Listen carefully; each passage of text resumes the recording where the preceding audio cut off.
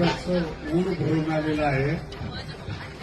जे महाराष्ट्राला रेकॉर्ड करता नाही आलं त्याच युकेने रेकॉर्ड करून विजय मिळवलेला आहे.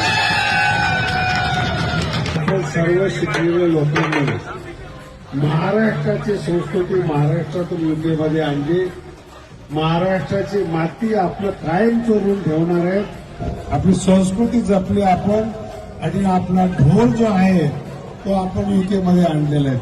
जसं युके महाराष्ट्रातून ढोल आलाय तसं युकेतून आपली वारी पंढरपूरला चाललेली हा ऐतिहासिक दिवस आहे.